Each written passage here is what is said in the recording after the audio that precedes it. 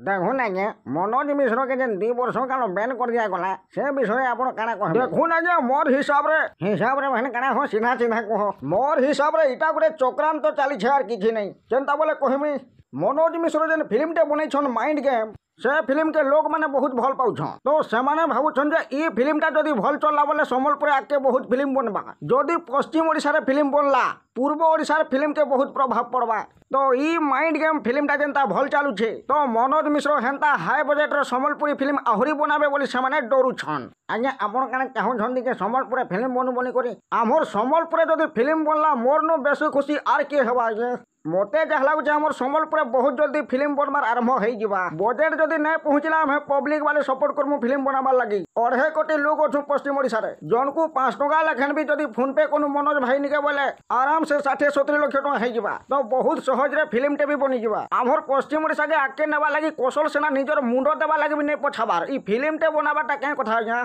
आमर माटी मार ना के बढ़ावा लगी हमें किछि भी करि पारो आज्ञा जदि मनोज भाई के 2 वर्ष बैंड रु मुक्त नहीं कले आमर पश्चिम ओडिशा रे फिल्म बनबाटा बाध्य बनबा आमर संबलपुरी गीत गोटे तो फिल्म देखला लेखन लागुचे आज्ञा और फिल्म बनाले तो पूरा घाटी पकाबा।